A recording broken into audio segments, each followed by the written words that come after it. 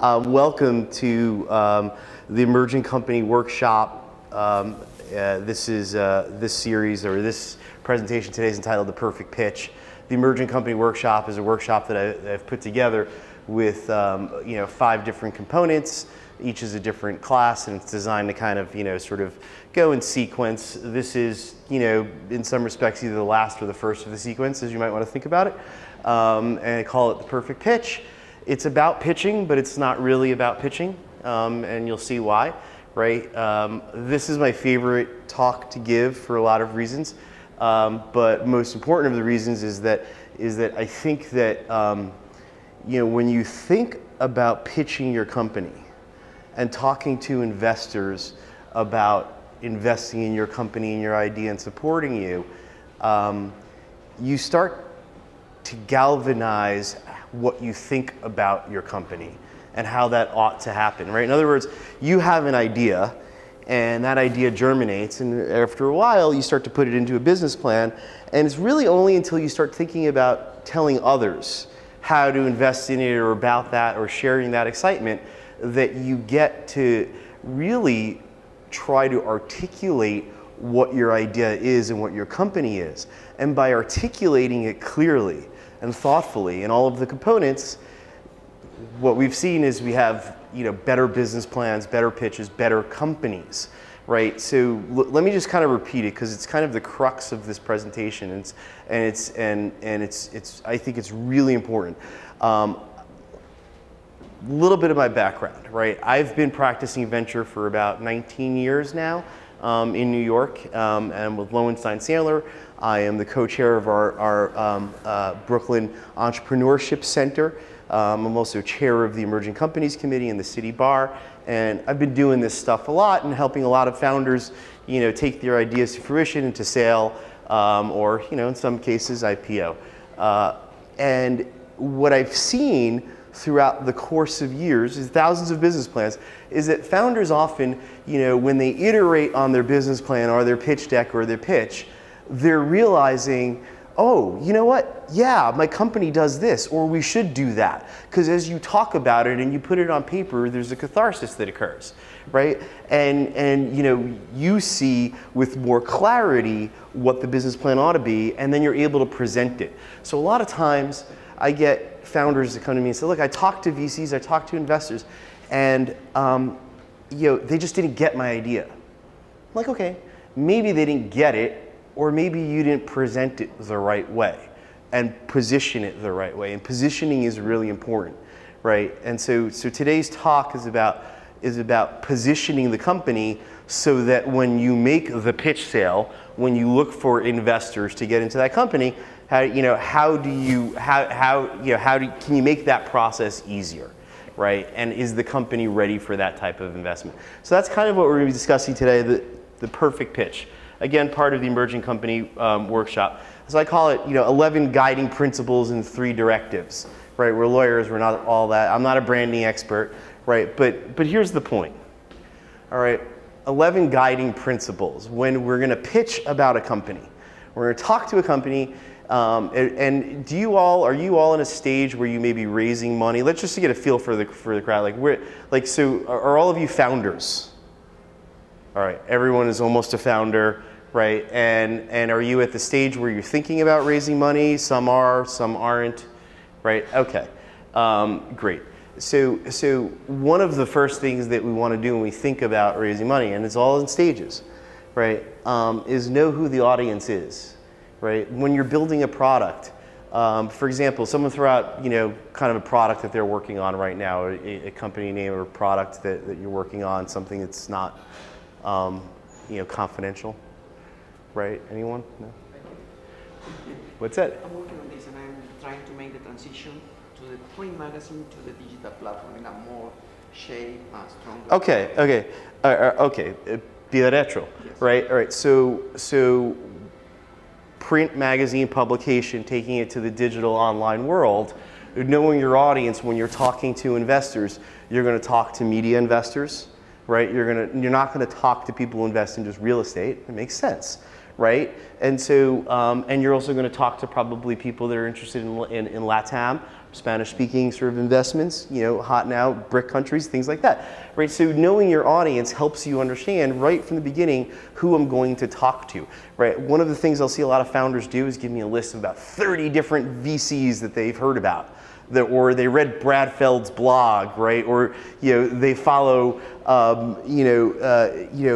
Jason Feld on Twitter, right? Or they follow someone else and they kind of hear all these stories, and they want to reach out to everyone. But that's not the point. The point is when you're thinking about raising capital and you're raising money, you want to kind of know your audience, and part of that is understanding what company you're building and who is it for and what's your market. Right? You won't understand the market, the audience, or anything else unless you've kind of really thought about that company and where does it fit in, right? These two go hand in hand. Again, you know, the second and third guiding principles when you're talking to investors. And I think these are probably the two most critical parts, is prove the problem and pitch the solution, right? So you're working on a company as an idea and you think it's fabulous. And often, by the way, often these ideas are sparked by some problem that a founder experienced, right? You know, you can talk about, well, I had a problem, you know, sort of finding the right dates and I thought match or you know, eHarmony wasn't right for me, here was my problem, and it comes out in Tinder. You know, I thought there was a problem on the internet, you know, because lots of folks would do all of these bookmarks, right? So they can go back and look at all of these pictures, and that's a problem because like you have 100 bookmarks, who needs that? But what we want to do is pin stuff on one wall that we could see, and then, wow, that was a problem. You might not even know it existed, but it was a problem. And so now, if you believe that that's a problem, right, you believe all of these things, and you can get the investor agreeing with you, yes, yes, yes, that's a problem, then pitch the solution, right? If we both agree that there's a problem in the marketplace, rationally economic actors are saying, okay, well, let's pitch the solution. What is that solution, right? And that becomes much easier because you've already gotten to the baseline of the investor agreeing that what you're doing is needed and fulfills a marketplace, you know, scarcity. And now you just got to show why yours is the right approach. And by the way, what's beautiful about kind of setting it up in this way is that the problem is sometimes more important than the solution, right? In other words, you have a huge problem. If you have a huge problem, right, we're going to figure out a lot of solutions, and we might try to iterate for solutions to solve that problem. So let's talk about like one problem that you know someone might have noticed, someone did, right? Lots of workers and drivers want to be able to work independently and not pay the dispatcher along the side for an extra ride in the morning from the airport, right? Which is what they were doing and doing all this other stuff, right? Someone said, well, doesn't if to be egalitarian, shouldn't it just be the closest cab? Right, and Uber comes up, and so it fixes that problem, right? But the thing is that as you think about your company in this way, right, you're going to start to really understand how the investors are thinking about it. What problem are you solving, and how are you solving that? So I think those are two important things in a pitch, and obviously in constructing your business plan and your company. Pitch a company, not a product. Cannot tell you how many times folks will show me a deck, or founders will come in and say, this is a terrific app. It does all of these things. It could show you exactly what shade of makeup I should wear, right? An eyeliner, and perfect for my skin color, and it's been genetically matched and all of this other stuff. So it's great, right? I'm like, okay, but how are you going to make money? Haven't figured that out.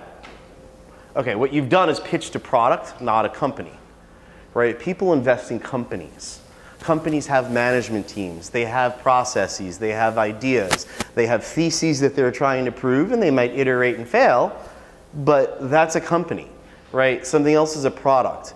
And don't confuse a product deck, right? Wouldn't you love to, like, I'm making this new beautiful box, let's call it, the Echo, that can order anything from Amazon, right, by me just speaking to it. Hey, Echo, I need some more printer cartridge. Oh, it's on your way in Prime, right? So, I don't know if you guys have used that Echo yet or have seen it, but I'm dying to try that, right?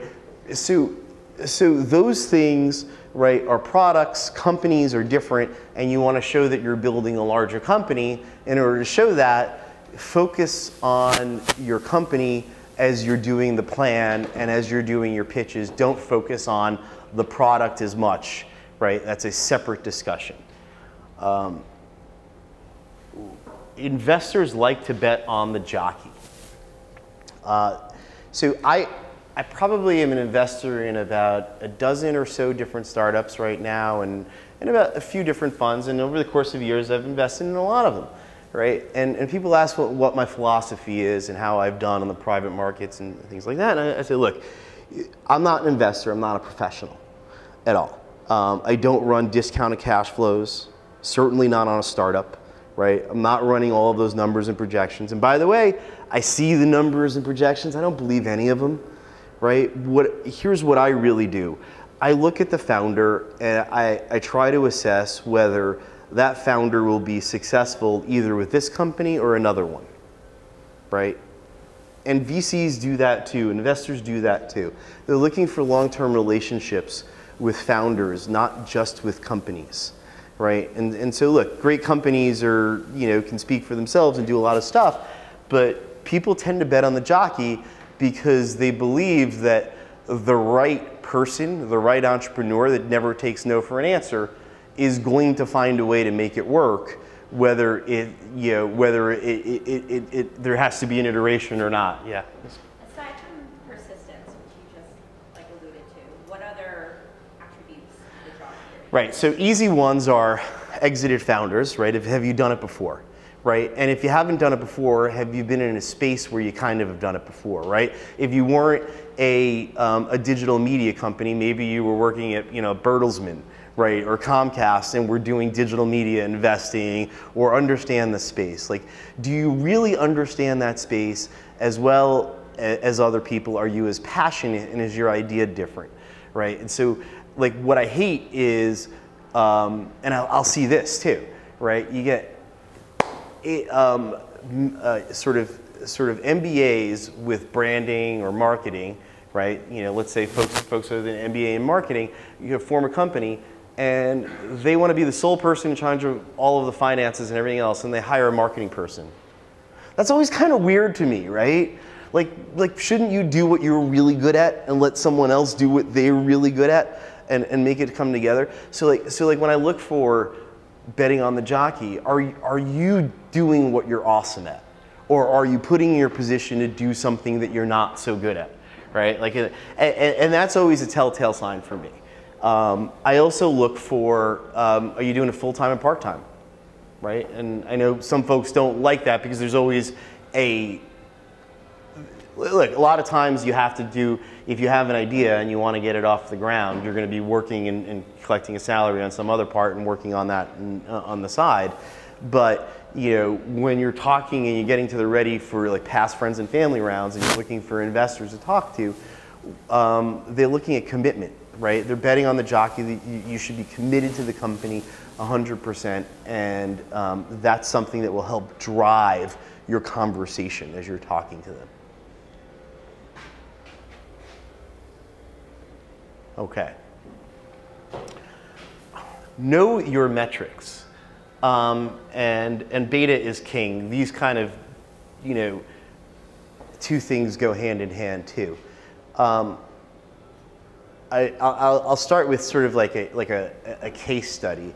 I was working with this client, and she came to me with I thought it was a really good idea, right? And it was a fashion company, right? And we're gonna give away all sorts of fashion products online, and do sort of not unlike a Birchbox or type of model or a Bobble Bar. You're going to have some fee that you're going to pay, and you're going to get some products, right? And they'll do quizzes online and stuff like that. And we started talking to her, and it's because it's being filmed. I'm not going to actually say any names, but I started talking to her. I said, look,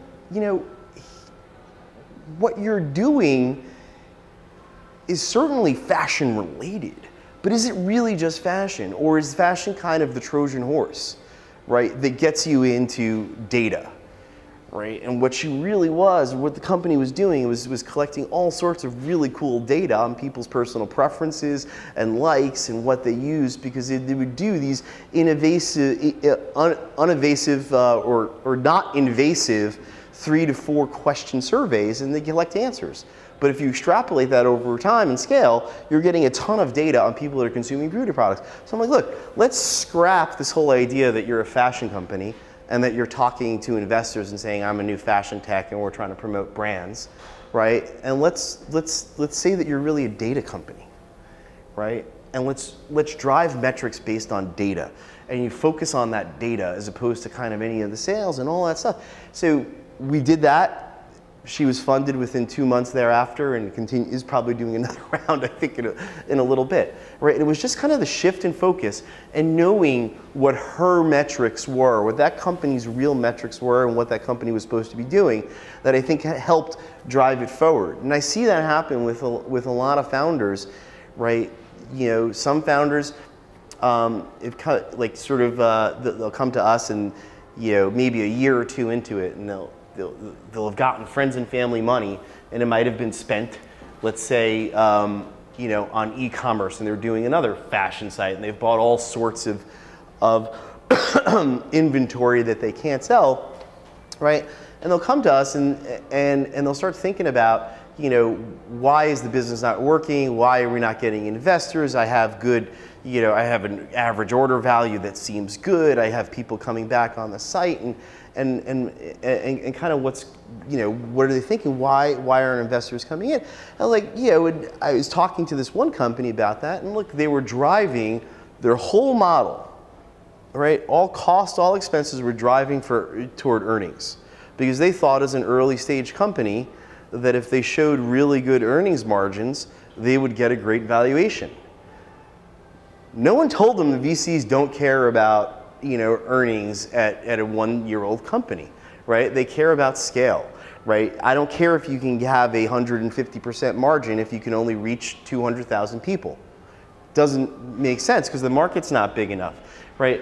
But the problem is that if you know your metrics, right, and you start off early, and this is why I think this is part of this discussion, it's either the first or the last, as you're structuring a company, you're going to start to collect that data, you're going to collect those metrics, and over time, that's going to be meaningful to you, and that's part of your presentation and your pitch.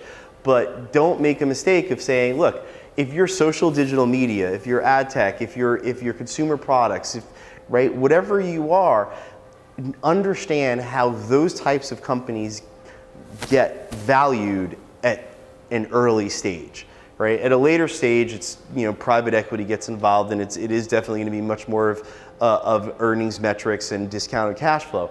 But at this stage, it won't be. And what people are going to look at is how many people are on your site, how long are they there, how often do they come back to the site after having left, do they share it with other people, how many people, and what do those people say, do they buy, right? And so like all of a sudden, all this gets jumbled up into a mathematical mix and becomes that like, wow, you're really valuable. Right? And that's what your hope is. Beta is king, and this is understanding your metrics and how to focus on that. Does everyone know what a beta is, first of all? Yes? Most people? Right, in the context of an emerging company testing its first product. Right, exactly. So it's generally, there's an alpha and a beta test that are run for your product, and you know, let's say, you know, if you have a store, it could be your soft opening, right? That's analogous, right? If it's a software, if it's an app, you know, look, hey, it's private beta, you know, you have to be invited to join this type of experience, and you know, if you do, please send us feedback, let us know what's wrong. And it's an opportunity for the founders to take a look at a few things. Number one, what's wrong, and fix it, right, and get it better. But number two, you know, what's right, and number three, what's surprising. And number three, I think, is actually the most interesting when we get involved, is that you find that you think your customers are going to use your product or engage with your company in one way, and they're actually using it in a totally different way. And then you have a decision, right? Well, do I focus in on what I see to be a high use case, right? Or do I just pull back and say my idea is the right one? But I think by doing a beta and an alpha and actually keeping your mind open about where your company wants to go, you're going to draw a lot of insights, and you should try to, you try to understand how that product can be used and how it can be better. And maybe that the avenue that you're thinking about isn't the only or the best avenue for that company to progress and evolve. Any questions on that? That's fine. Okay. Another guiding principle, right? Knowing that you don't know can be better than knowing.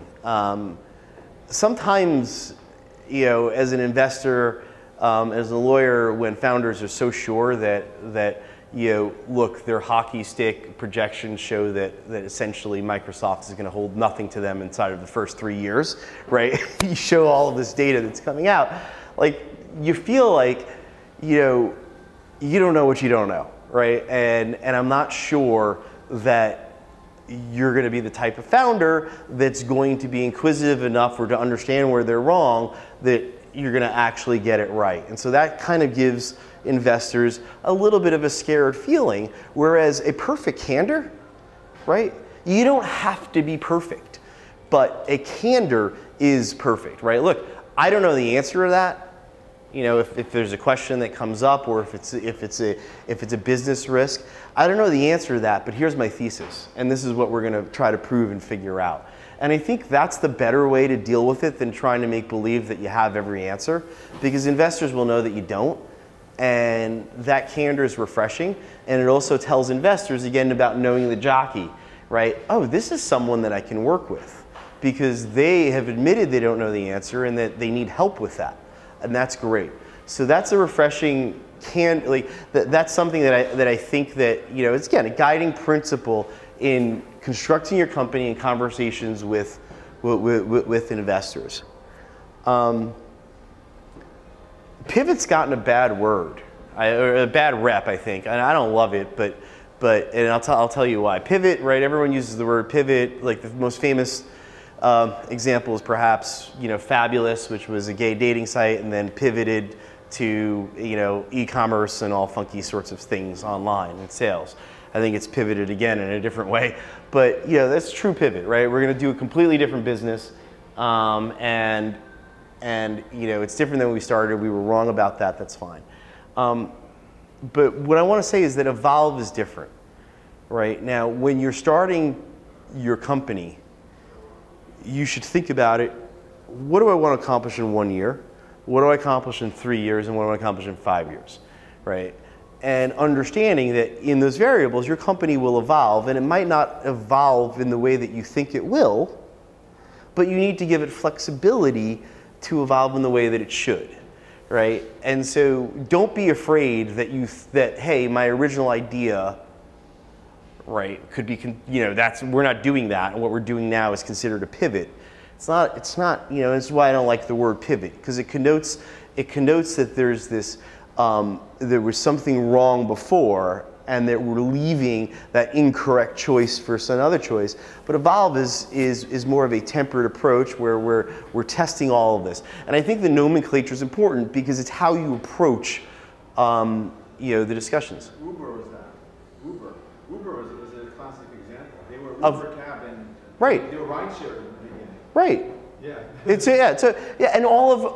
if you look at a lot of great companies, they all kind of do that, and they may have an event. And by the way, who knows? Maybe that's all they wanted to be, but then all of these doors open up, and there's other opportunities. And now, look, Uber delivery, right? Like, so who knows? Like Uber could be Uber Amazon. But you have to be open to that evolution and to see where that business goes, and not be so structured in I'm just doing this, right? You have a general idea, a general problem. There might be a lot of different ways to solve that problem, right? Be flexible. My friend Jeff Pulver, I have to give him credit for it each time I say it. He's the founder of Vonage, and he's probably invested in 135, 140 different companies as an angel investor. Wonderful guy, brilliant guy. and very much of an advocate of the startup world. He likes to say, I only invest in rock bands, not singer-songwriters, right? And I said, well, what do you mean by that? And he's like, well, look, you know, singer-songwriters do their own thing. It's their music, it's their tone, and, you know, it's very hard to sort of get involved. And you just have, like, you know, but rock bands are cool, and they got, you know, someone sets the beat and someone's hitting the rhythm, and, like, you know, and they work together and the teams get more done. And so, look, it may not be everyone's preference, but I think that there is generally a preference for investors, and when you're starting companies, to think about who the rest of your team is, right? And put that team together, because it's going to be important, right? Because other people may say, look, I think you're the lead singer, and I'm going to get behind that, but lead singer needs some really good, you know, backup musicians. And who's going to do that? And I think those are important discussions as you're structuring your, you know, again, this is about how you present an investment, but again, this is about also how you start to structure your company and think about co-founders and other folks that can do it along with you. Sorry, can I ask one question? I wanted to get too far ahead. Yeah. Going back to the rock band versus singer-songwriter. So I'm a solo founder. Uh-huh. For the most part. And I'm curious if investors see a difference between a solo founder who has a perspective that they, you know, want to grow the team, that they are collaborative, or is it kind of like no matter what that solo founder's kind of personality or work style is, there's going to be an inherent concern?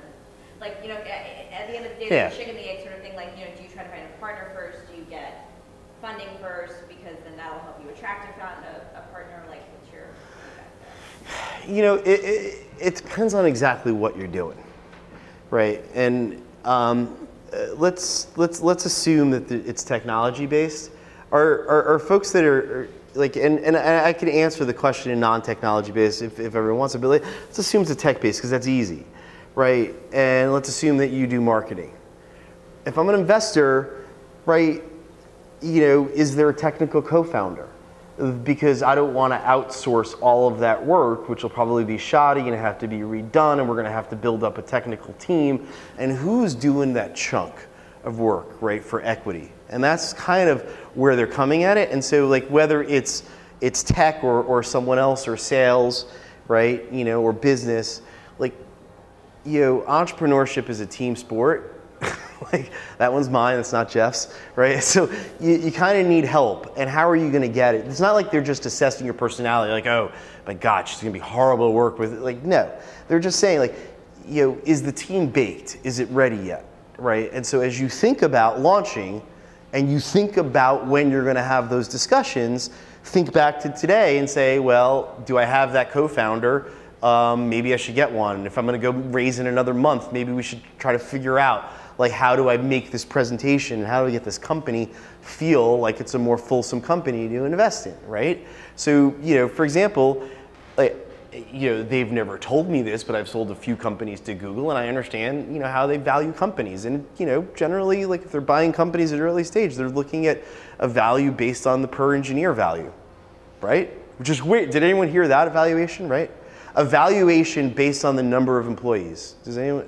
You've never heard that before, because it's probably not intuitive, right? But that's how they make value, and that's, again, knowing your metrics, knowing all of that other stuff. And if you know that, though, you'd go hire a ton of them, right? Like, wait, I'll go hire 15 of you right now. What's the multiple? Just, you know, just sort of start doing the math. But, you know, again, it's about a process. It doesn't mean that you won't get invested. We're just trying to set you guys up for my guiding principles. Right, and then this one is alone, because it's number 11, and 5 and 5 really just doesn't feel right. But and then I just thought I'd make it bigger and make believe that it's more important. But it is kind of important. Thought leaders equal higher valuations, and you know, this you will see over and over and over again. Tons of founders, either in a space that is old and they're refreshing it, or if it's a new space that they're doing, you'll see them start to blog, become an author, right? Be interviewed, tweet a lot, you know, perhaps write a book, right? Go on television.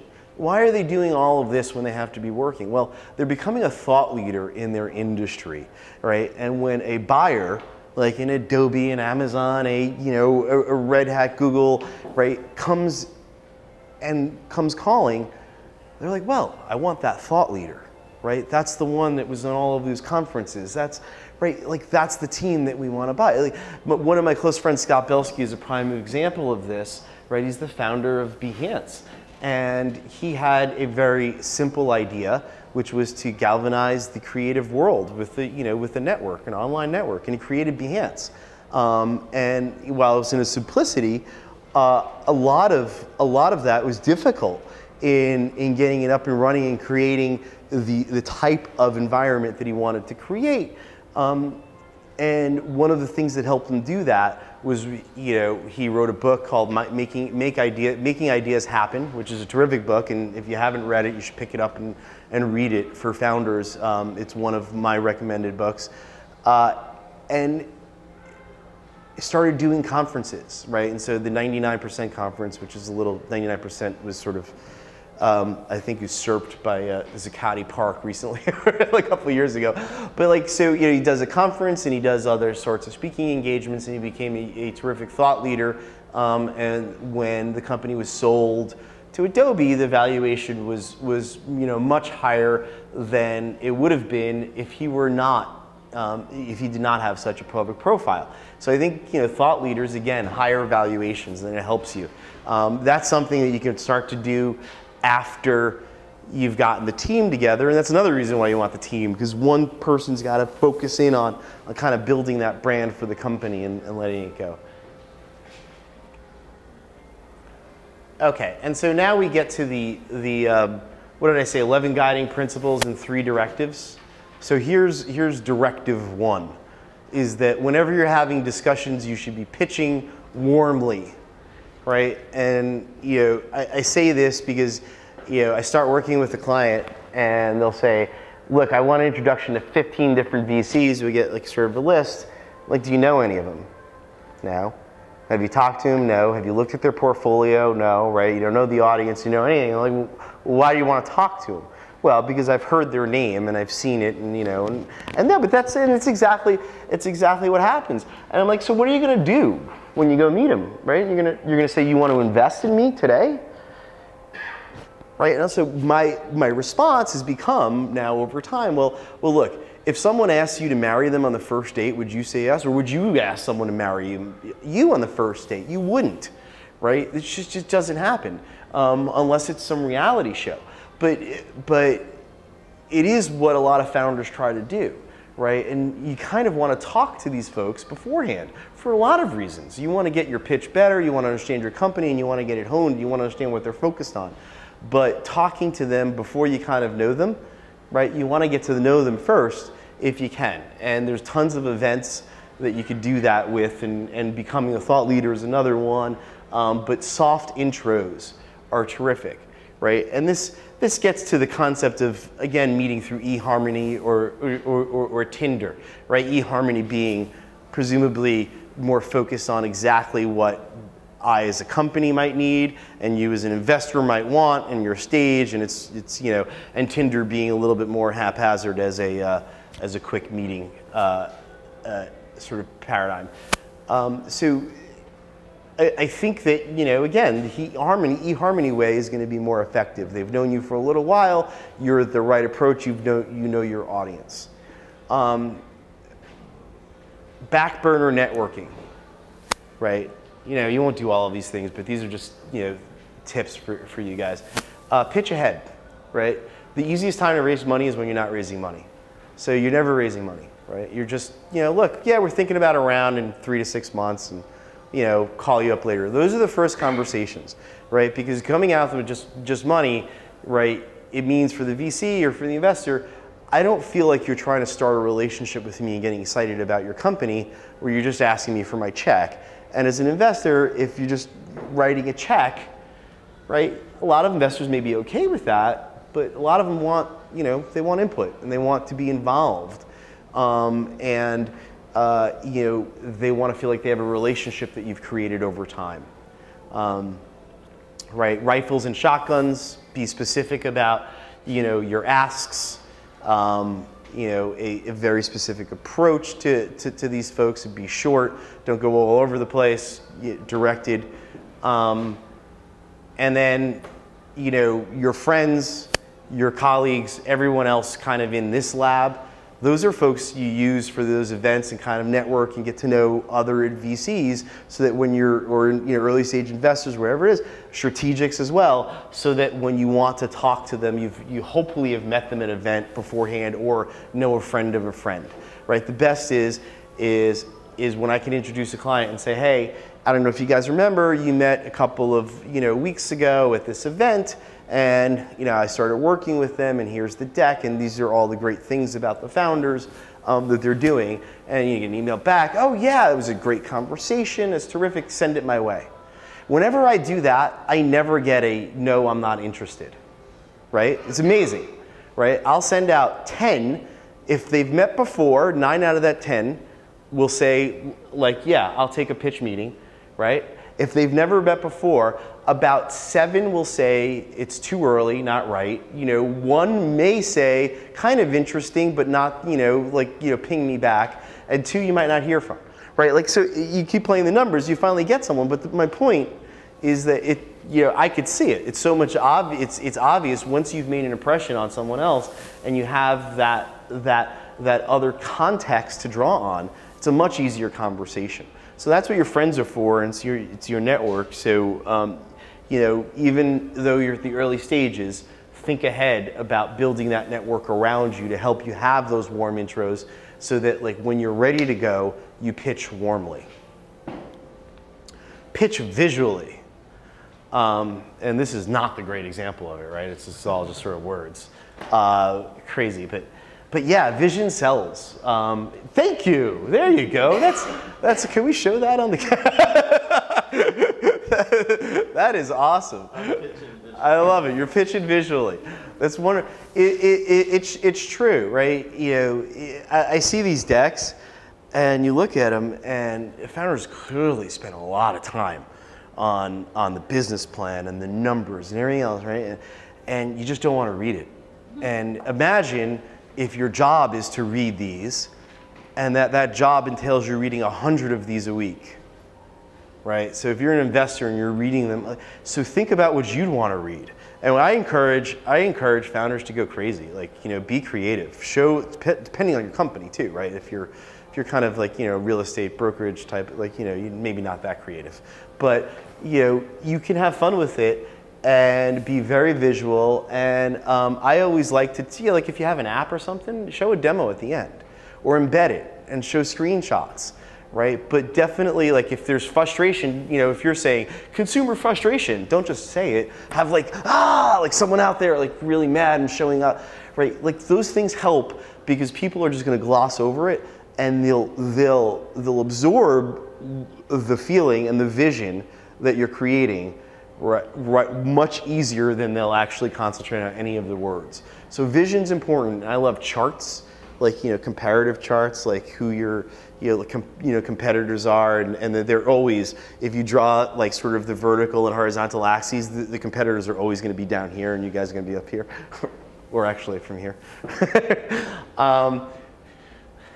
Knowing who your parents are helps you, you know, pitch visually too. And what I mean by that is can you say, if Facebook and Google, you know, got together and had a kid, we'd be that? Or can you know, if Uber and Amazon got together, we'd be that? Or if, you know, your local dry cleaners hooked up with Amazon, like, figure out who the parents are.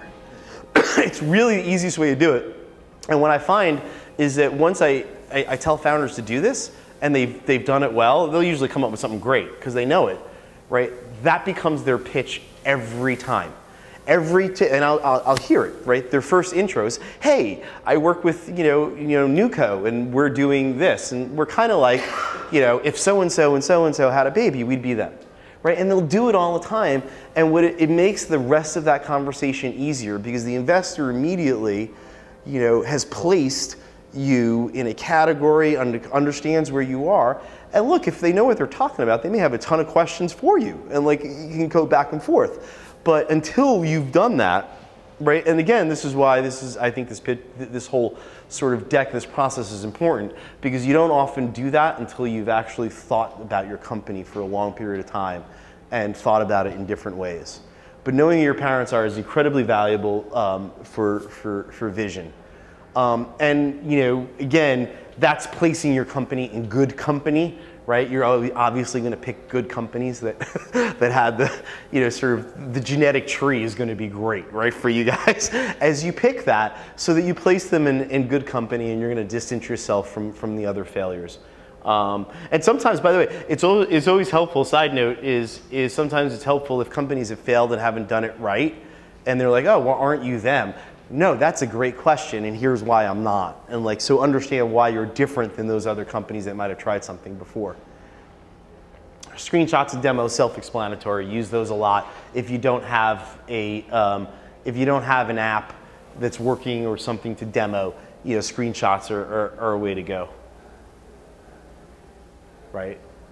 And then the third directive, and perhaps the hardest, right? Mark Twain said, if I had more time, I would have written less.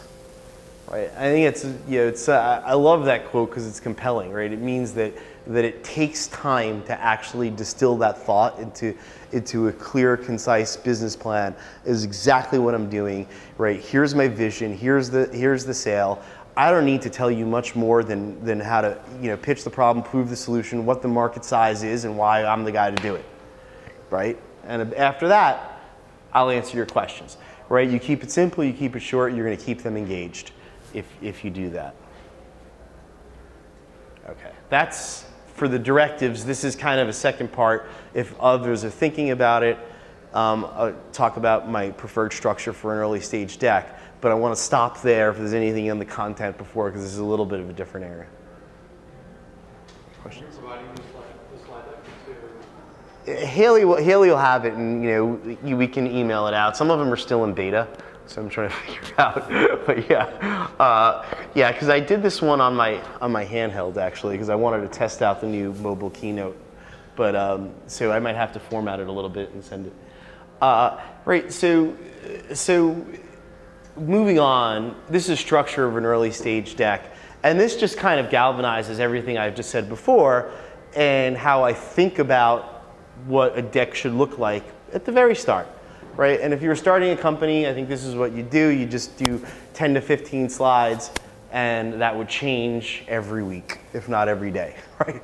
Right? Not because you're making this better, but because you keep changing the company, right? And so, 10 to 12 slides. Slide 1, introduction, right? Summary of the business. This is a perfect spot for the who your parents are. Right? Summary of the business right over there, some catchy slide. Should evoke a vision for the company and its market, right?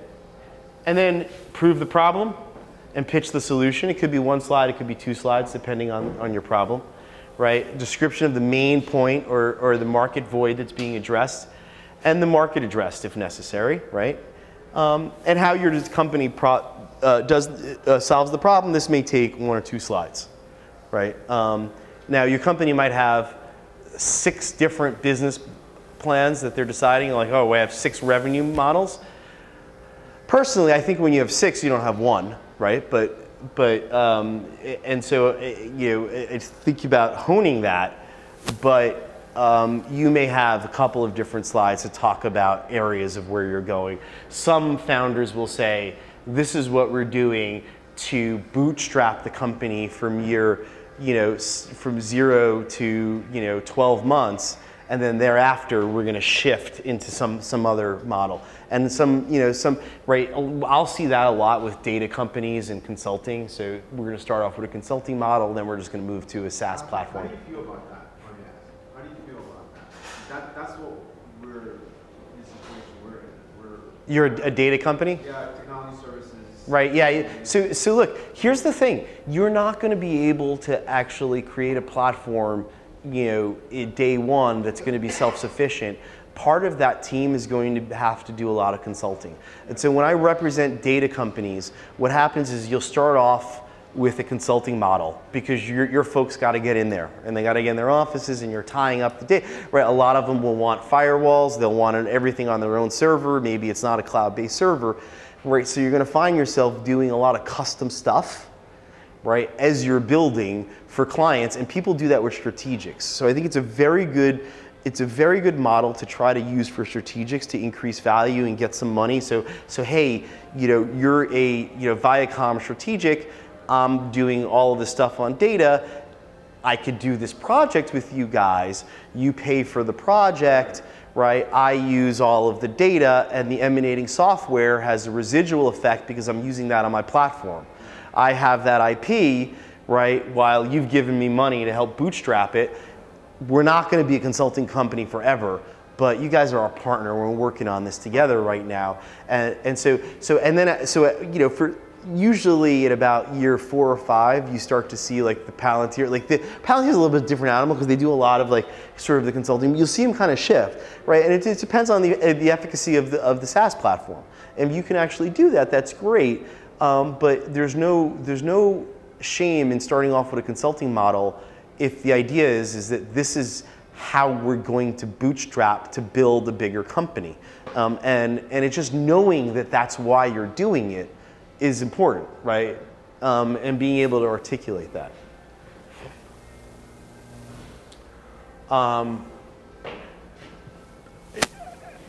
I would say at least 25% of the decks that I read each year fail to describe properly, and some of them, maybe about 5%, fail to describe at all how the company is going to make money, right?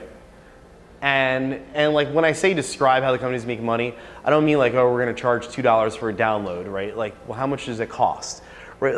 Like some, and this doesn't have to be a big business plan, but you got to understand how we're making money and what the size of that market is and how you're going to do it, right? And a lot of folks don't put that in the business plan in any concise way. That's important, right? That's a slide or two.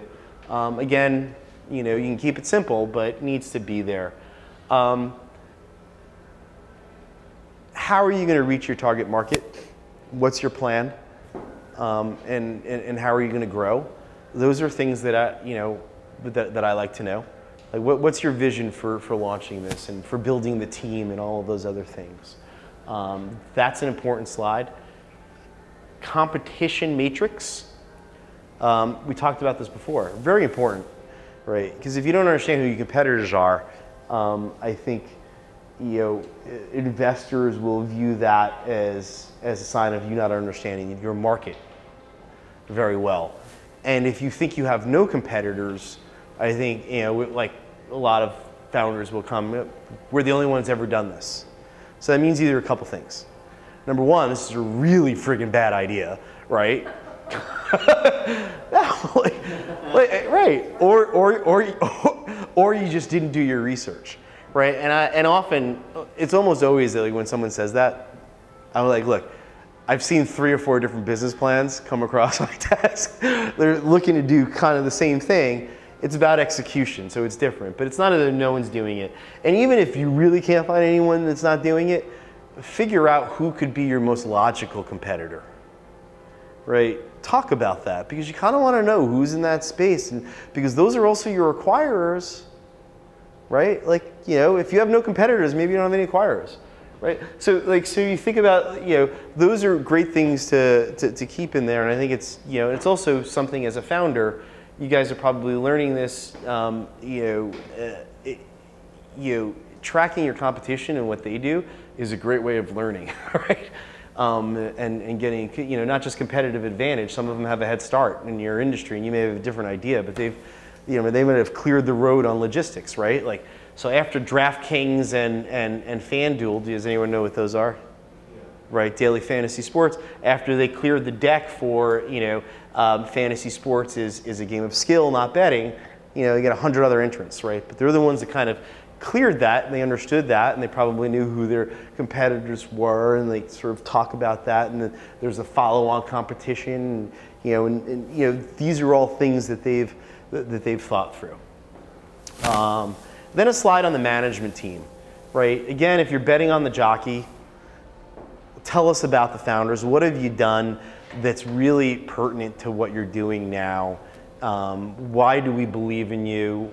How does that help? And that's a slide or two. And then the timeline, right? You should probably always, if you're a founder of an early stage company, you should always be thinking about life in 1, 3, 5 years, right? And providing at least the 12-month timeline, because that's probably all you're going to have visibility on right now with any certainty, is a good idea, right? So instead of saying, hey, here's all of my projections, right, in the next year, look, here's a timeline. From 0 to 6 months, we're going to try to get 50,000 customers, right? And we're going to try to have 6 months? Wow, I want to invest in that. Right, exactly. Right, it's or downloads. What I probably should have met, with a very low average order value, right? So what are you going to try to do in 6 months? How many of those customers are you going to try to get? How many people are you going to try to reach? What does your team look like in those 6 months and in a year? At what point in that timeline are you going to get financing? What do you think? It's a range. Is it going to be 500 to $1 million? Maybe a $2 million round later. Just kind of give them an idea of the vision of where you see this going in 12 months, so that they know and and you've kind of talked about that. And that's about it. That's all you really need in the deck. Because there's a ton of reasons, right? If they want confidential information, if they want to know more, that's a deeper discussion, right? That's a second date. Right? And if they want to invest, look, that's great. Then you can sign a confidentiality agreement. You're going to be on board. You're going to be a partner, right? And I won't have to worry about all this stuff. But for now, that's all they need to understand if they need to know more and to dig in deeper. And it's also not all they need, it's probably all they want, right? Because the goal of this, from an investor perspective, is, do I want to spend an hour sitting down with these founders and talking about their business after having looked at this deck, right? It's not about whether yes or no after a deck, it's whether you get the meeting. And so that's why pithy and visual and short, right, and interesting. Right? I've met with founders just because I thought their deck was awesome. Right? I'm like, this is really cool. Let me see what you guys are up to, right? And I think people will do that too. So it's important. You touched on it briefly about confidentiality. Are you saying that the information that you just went over shouldn't be considered confidential, and that you shouldn't, as a founder, No, not at all. Like, it shouldn't be. It's going to be, because it's going to get passed around the internet. that you basically want it to get passed around? Well, you don't want it to get passed around, but you realize, like, you look, there's secure. I don't want to get into securities laws about like sort of offerings and whether you're passing around to a ton of investors, but in the general sense, like, sending your deck out to hundreds of people isn't great for a company, irrespective of the securities laws, right? It's just over flooding the market, and people will say, oh, you can't get funded. You want to have a more of a rifle approach, not a shotgun approach, right? So you don't want it to be passed around in a lot of different ways. Like, you don't post it on your Facebook, fine, but like, let's say I met a woman downstairs a few weeks ago. Right. And her husband is a PE firm, and they're looking for CPG companies to invest in. Right. She said, send me a That's deck. what your deck is for. Okay. That's So exactly at that what. point, like, don't get nervous about, can he sign an NDA? Well, what's in your deck?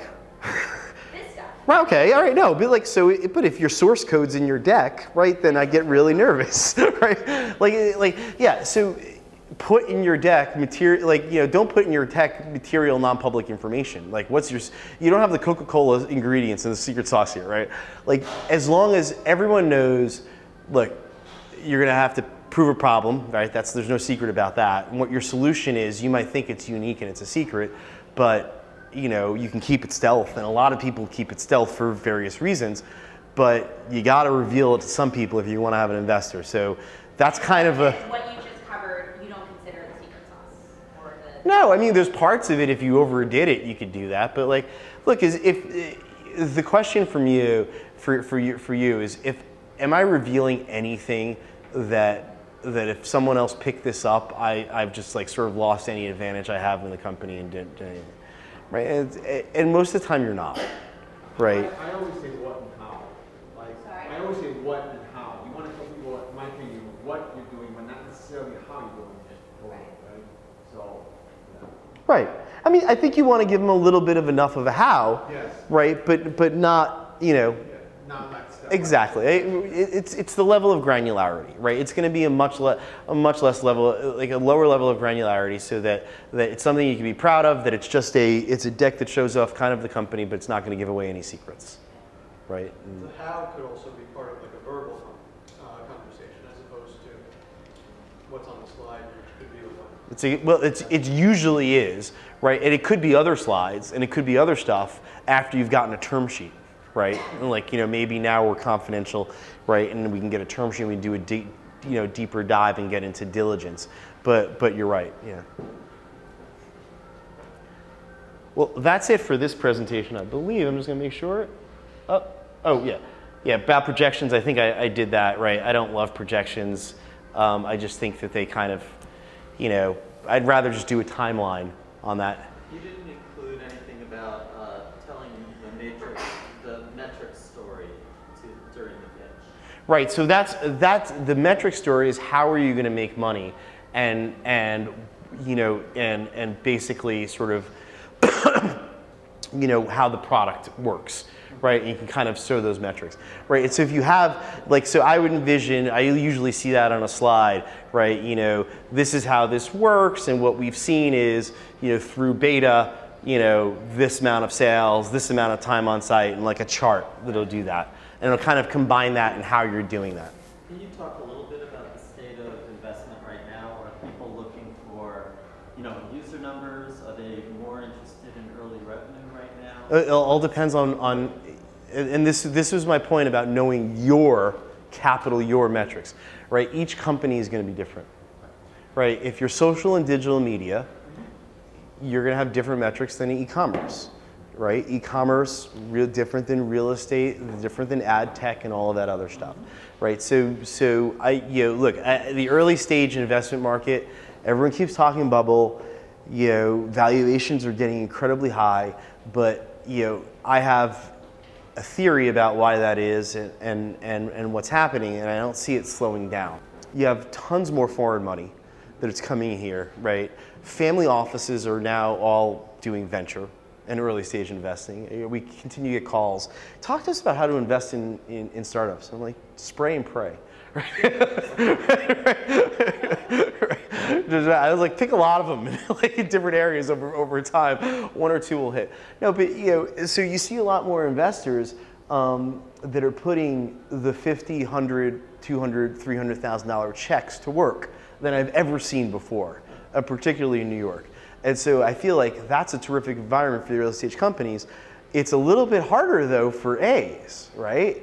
Because now if you get to the Series A, I think what's happened is that because we're keeping the boats afloat in the early stage, that when you get to the A, you're seeing the companies that make it and kind of really done it have really shown terrific metrics, right? Have done a lot with it, and now you're seeing, you know, fewer that are getting these big checks, but there's a lot more here, and then there's fewer that are making it up to that next level. So that's kind of, so I kind of see a drop off, like it's almost like a Series A phenomenon, right? Like you're seeing less of that, but what we do see are huge numbers on the Series A. And I think it's because of the early stage investment environment is just so, you know, it's so hot in New York now, it really is. Right. And then I usually finish this off with just some parting thoughts, right? Like, you know, sometimes people get worried and nervous about performance. It's not about performance at all. It's just about knowing your company and kind of, right? It isn't about sort of standing at a podium and being judged, right? Which is why I hate demo days and things like that, where they presume that there's a winner. This is getting in the door and having a candid conversation with someone who's interested in being your partner in the company, right? And you shouldn't be nervous, and it shouldn't be a performance. It should be none of those things. But there is one thing that's certain: there's no such thing as the perfect pitch. Thank you for coming. Appreciate it.